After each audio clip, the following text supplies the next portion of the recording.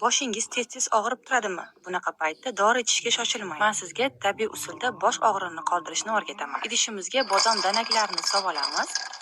Ustidan esa asalni shunaqa quyib yuboramiz. Va albatta qalampir munchoq, ya'ni gvazdikadan ham 4-5 ta dona sovoramiz. Bitta chaqatib, xona haroratida 24 soatga olib qo'yamiz. Qarabsizki, tabiiy usulda dorimiz tayyor bo'ldi. Har boshingiz og'riganda 2 donasini iste'mol qilib yuborsangiz, og'rig'i birpasda tarqaydi. Bu video shunaqangi bir qudratli qilib Alloh taolo yaratib qo'ygan yer yuzida. O'rtoqlar, bu narsani yana bitta siri bor. O't tufayli qiyshayib qoladi-ku, o't qiyshayishini davolaydi, Xudo xohlasa. Davolaydi do'stlarim. O't tufagida qanaqangi muammosi bo'lsa, gepatit orqali yoki sirroz pechin bo'lib, jigarida qochishlik, shunga o'xshagan bir kasalliklar kuzatilayotgan bo'lsa, qo'zg'ayotgan bo'lsa, ichsin. Choy kabi damlab ichib tursin do'stlarim. Shifo Allohdan. Sababi uchun go'zal narsa. Ko'zga ko'rinmagan shifo hisoblanadi bu narsa do'stlarim. Salomat bo'lasizlar.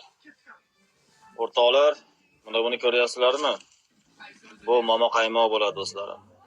Nazarimizga kirmagan bilan yerlarda bekordan bekor o'sib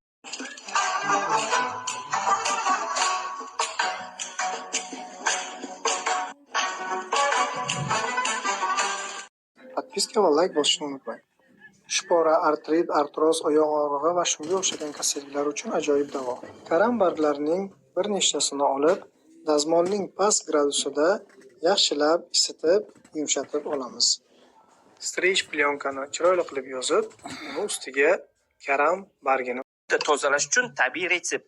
Bu uchun bizga kerak bo'ladi 150 gram qovoq, uni tozalab blenderga solamiz va bizga 1 qoshiq koritsa va 1 qoshiq imbir kerak bo'ladi. Ularni ham blenderga solamiz va bizga 1 stakan iliq suv kerak bo'ladi. Uni ham blenderga qo'shamiz. Yaxshilab aralashtirib, bir haftada 2 marta 1 stakandan ichamiz. Bu jigarimizdagi toksinlarni chiqarishga yordam beradi va jigarimizdagi yog'larni eritishga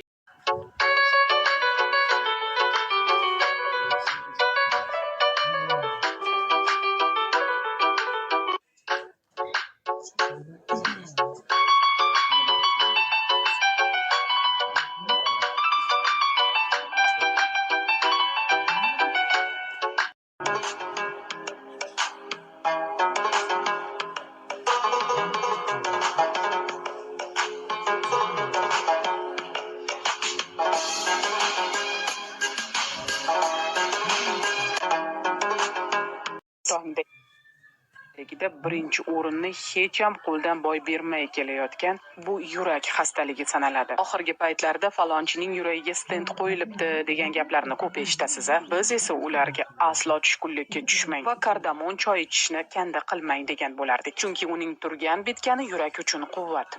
Bu lavhaning birinchi qismida aytilganidek, shifobaxsh choy erkaklarda katta qorin muammosidan qutulishga yordam beradi. Ayollarni ham. Kardamonning antioksidantlik, yallig'lanishga qarshi arterial bosimni pasaytiruvchi xususiyatlari ham bisyor. Agar bu choyni uyqu oldidan ichsangiz, tongda yaxshi kayfiyatda, kuchga to'lib uyg'onasiz. Uni doimiy ichib yurish insonning psixoemotsional holatini mo'tadil ushlashga yordam beradi. Peshob yo'llaridagi yallig'lanishlarni bartaraf etadi. Qovuqni davolaydi. Natijada sistit, pulinefritdan asar ham qolmaydi.